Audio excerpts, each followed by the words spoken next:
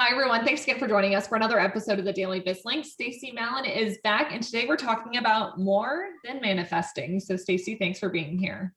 Thanks, Lindsay. I had this day yesterday. It was a Monday. It was an absolute Monday. And I got to the end of the day and I was a little frustrated. And, as it happens, social media isn't all bad because I was paging through my social media.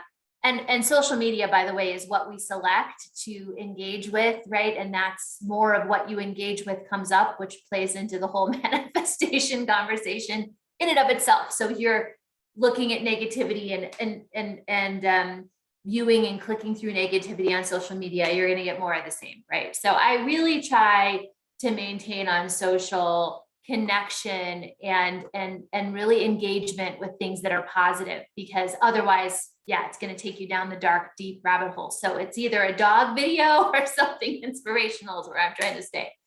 So I had that day yesterday, and as it happens, and I think God and the universe provides for, a really powerful reminder came up, which is that manifestation is not just asking the universe for what you want. It's not just focusing on what you want and getting there. It is about putting out what you want and what you need to come back.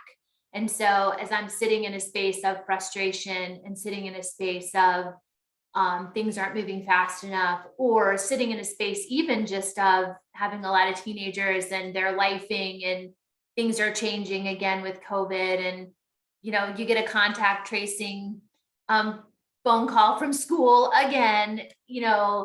You can either choose to sit in the frustration, or you can choose to sit in the gratitude of reflection of where we were a year from now, reflection of what we've learned, reflection of going for a walk this morning because I didn't have to commute into the office.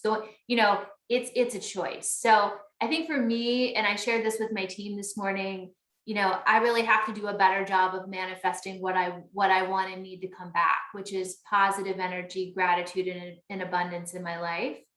And in doing that, there's no guarantee that will come back. But certainly if you're sitting in your pity party sandbox of everything's negative, that's what you are going to see more of. So as you share these stories, I think a lot of us can relate to it, but what would be your challenge of the week for those tuning in?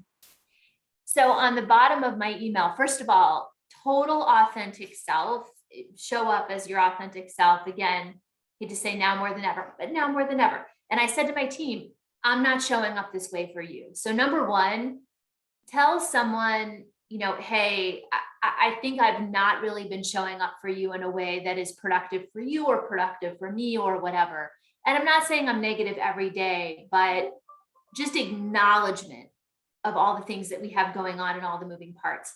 And number two, it always comes back to gratitude for me. I told them how grateful I am for some of them. And it's a practice that I'm going to do, I think, on a regular basis for them, is send them random gratification after the end of a meeting. So one to do, I would say, is at the end of your next meeting or the end of meetings moving forward, find something you're grateful for and acknowledge that publicly or privately to the person as to why you are so incredibly grateful for, even if the meeting didn't turn out like you wanted it to, what you are grateful for in that reflection. I think if we can all start with gratitude and appreciation, it'll go a long way for reducing our frustration right now. Absolutely. Well, Stacie, as we look to wrap up today's conversation, is there anything else you'd like to leave our audience with?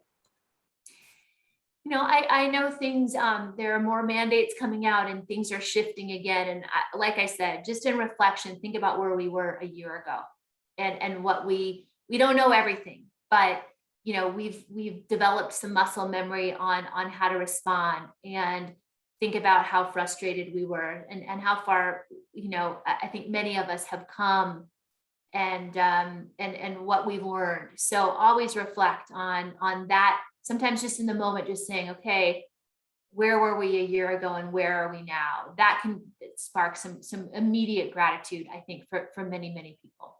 Great. Well, Stacie, thanks again for joining us for today's episode of the Daily Bizlink. Thank you.